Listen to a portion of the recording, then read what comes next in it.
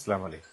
പ്രിയപ്പെട്ടവരെ, വല്ലപ്പുഴ പഞ്ചായത്ത് 16-ാം വാർഡ് മുസ്ലിം യൂത്ത് ലീഗിൻ്റെ പ്രസിഡന്റും വൈറ്റുകാട് അംഗവുമായിട്ടുള്ള നമ്മുടെ സജീവ പ്രവർത്തകനായ KP അബ്ദുൽ നാസർ കഴിഞ്ഞ കുറച്ച് ദിവസങ്ങൾക്ക് മുമ്പ് വീഴുകയുണ്ടായി. ആ വീഴ്ചയിൽ സ്പൈനൽ ഇഞ്ചുറി വന്നു.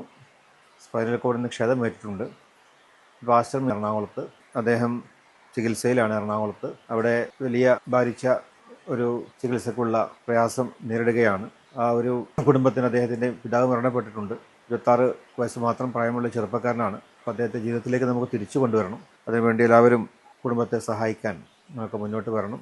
അദ്ദേഹത്തിൻ്റെ ചികിത്സയ്ക്ക് വേണ്ടിയിട്ടുള്ള ഫണ്ട് കണ്ടെത്താനൊക്കെ നിങ്ങളൊക്കെ കൂടെ ഉണ്ടാകണം, സഹായിക്കണമെന്ന് അഭ്യർത്ഥിക്കുന്നു.